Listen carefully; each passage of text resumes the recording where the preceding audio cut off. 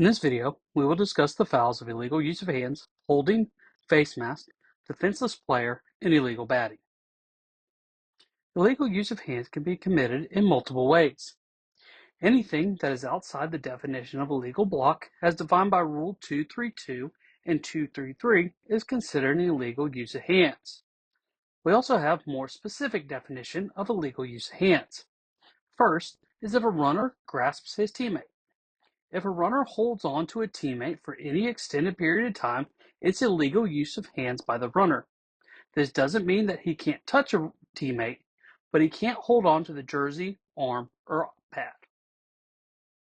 A defensive player cannot use his hands to shove a teammate on the line of scrimmage to help him gain momentum. This rule specifically says hands, so if a linebacker charges into the back of his teammate to try to get into the backfield, we don't have a foul. This is a foul that we rarely see. We have looked at this definition in an earlier video, but as a review, a defensive player cannot contact an eligible receiver who is no longer a potential blocker. Remember, the defense can contact eligible receivers until it's obvious that the player is no longer a potential blocker. And once the ball is in the air, an eligible receiver cannot be contacted in any way that prevents them from being able to make a play on the ball. However, once it's obvious the offensive player is no longer trying to block, and before the ball is in the air, we still can't have a lot of contact on this player. We want to see factors of time and distance applied when this foul is called. The defender needs to have enough time to know that the offensive player is not trying to block him, and then we need to be able to see space closed intentionally to make the contact for a foul to occur. This needs to be a very obvious play for us to flag it. Everyone in the stadium should be able to see it. Finally, probably the most common way we see this foul is when a player has his hands in the neck or face area of an opponent. This happens most often in the trenches between offensive and defensive players. Even if the hands slip from a legal position into these areas, we would still have a foul. We also need to make sure we know the difference between this foul and a face mask foul. We will discuss face masks more in detail shortly, but if the hands are in the face and maintain contact without grasping the face mask, we have an illegal use of hands foul. Illegal use of hands in all of these cases is a 10-yard penalty enforced from the basic spot. Holding is probably the most common call in football. It can easily take place in so many different places on the field, we end up having to call it often. When we are calling a holding foul, we have to make sure that it's giving an advantage that is unintended by the rules. Holding is defined in the rulebook as using the hands, arms, or legs to hook, lock, clamp, grasp, encircle, or hold in an effort to restrain the opponent. There are a few things that we specifically want to see when calling a hold. First is making sure that the opponent is restricted. We often see a player who has grasped his opponent's jersey while keeping his hands in the frame of both his body and the opponent's body. The opponent might throw up his hands to show he's being held, but this is not something we should be calling. The opponent is not being restricted. However, if the player has handfuls of jersey and his hands have gotten outside of the frame, meaning inside of his own shoulders, we then have a holding foul. The opponent is making an effort to get away, and this is being restricted. We also want to make sure that when two players are locked up, that a player has his hands inside the frame of his opponent as well as himself. If the grasp is on the shoulder and the chest, and the player attempts to turn or move while still in the grasp, we can have a holding penalty. However, if the opponent is being driven backwards and not trying to get away from the blocker, we should keep the flag in our pocket. We are looking for an advantage not intended by the rule. A couple other common ways we see a hold is either a hook or a grasp on the jersey from the side or the back. A hook often happens when a defensive player beats an offensive player, and as he tries to get by, the offensive player puts his arm all the way around the defender to restrict him from getting into the backfield. The grasp of a jersey often happens in the open field. We can see this when a receiver who is running the route gets away from his defender and has his jersey grabbed to slow him down. We can also see it when a defender is trying to close in on a runner and the runner's teammate grabs the defender's jersey to stop him from making a tackle. Finally, another common defensive holding that we see is if we have an offensive lineman that is pulling to make a block. A defender can grab a leg or the jersey of the lineman and stop him from making this block. When it comes to holding, we want to make sure this foul has a major bearing on the play. A hold by a wide split receiver when the play goes to the other side of the field is not a good call. Make sure the hold actually affects the play. Holding is a 10-yard penalty from the basic spot. We've heard that holding can be called on every play, but the best officials know when it's really a penalty. In high school rules, we still have two different levels of face mask. The first is incidental. This is when a player grasps the face mask, helmet opening, chin strap, or a mouthpiece that is attached to the face mask. A helmet opening includes the bottom of the helmet, the ear holes, or the space at the top of the head near the forehead. This is always a quick action. It becomes a foul once there is a grasp by the hand, meaning the fingers curl around it. We also don't want to see the opponent's head turn when this occurs. An incidental face mask foul is a 5-yard penalty from the basic spot. A face mask rises to a personal foul when we see a face mask, helmet opening, chin strap, or mouthpiece grasped and then twisted. This typically has to have prolonged contact. When the twisting happens, the head will move with this, which is a sign that we have gone from incidental to personal foul. When the face mask becomes a personal foul, the penalty is 15 yards enforced from the basic spot. Keep in mind, face mask fouls can be done by both defensive and offensive players. A runner is allowed to stiff arm an opponent trying to make a tackle. However, if the runner grasps and twists the face mask, he has committed a foul. A defenseless player is given special protection in the rules in order to protect him from injury. A defenseless player is defined as a player who, because of his physical position and focus of concentration, is especially vulnerable to injury. These players are not allowed to be hit with excessive contact, and in some cases not allowed to be hit at all. We will go through each defenseless player and what type of contact is deemed illegal. A passer is considered to be defenseless once he has released the ball. However, there are special rules that deal specifically with passers.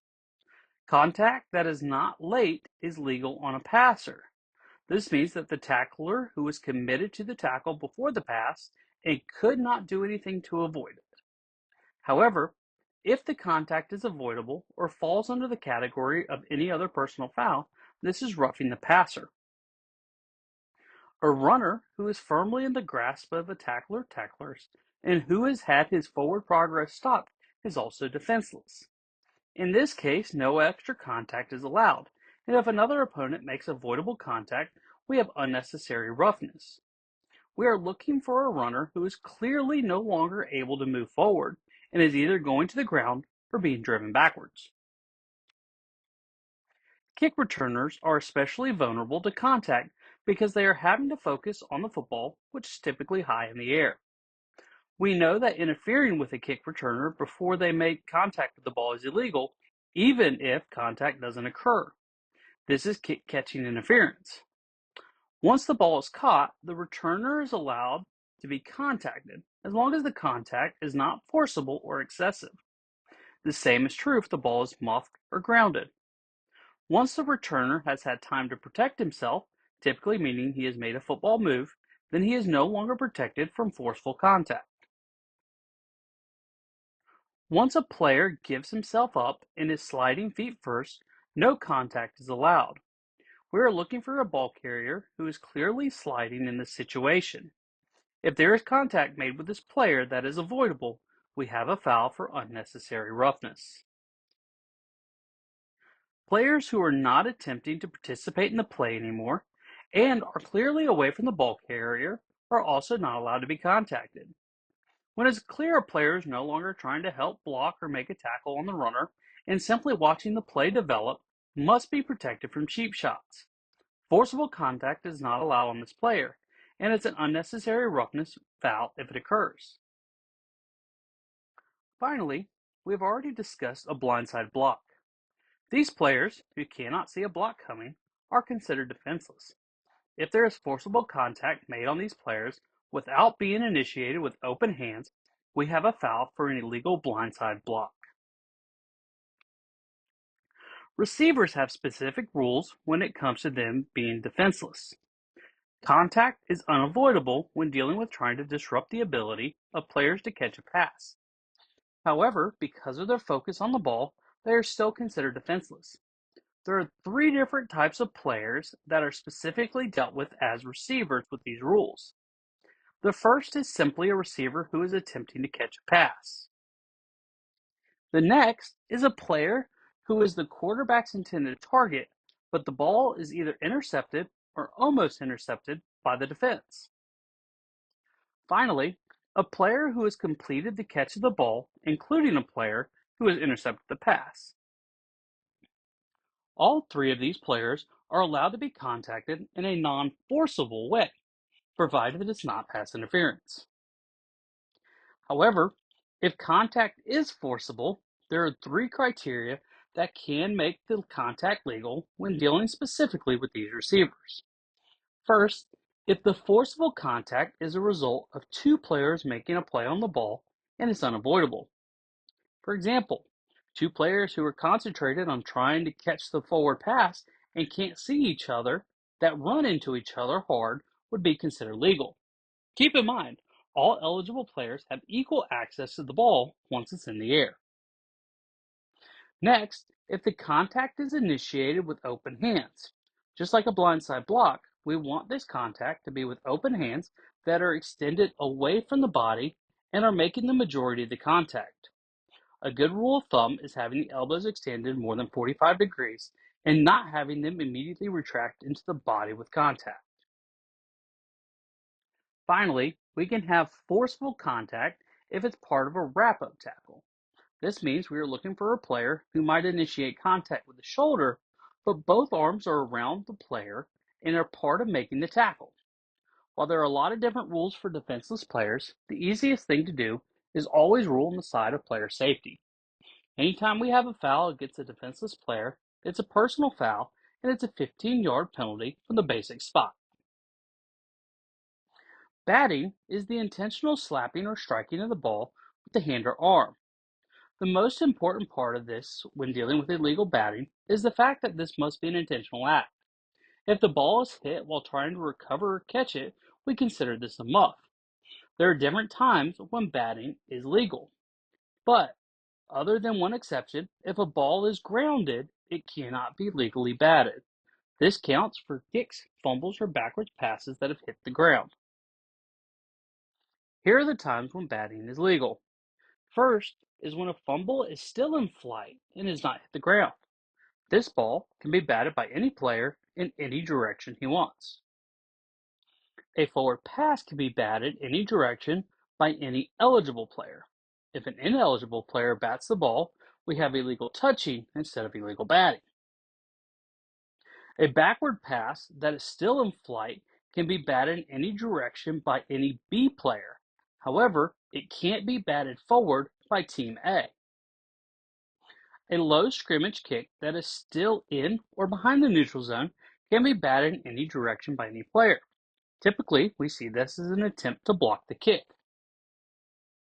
A scrimmage kick that is either grounded or still in flight can be batted by the kicking team back towards his own goal line. Keep in mind that this can be first touching, so we need to mark the spot with a beanbag in case the spot is more advantageous to the return team. Finally, when Team A has player possession, Team B can bat the ball in a direction. Team A can also bat the ball away from a teammate, but can't do it forward.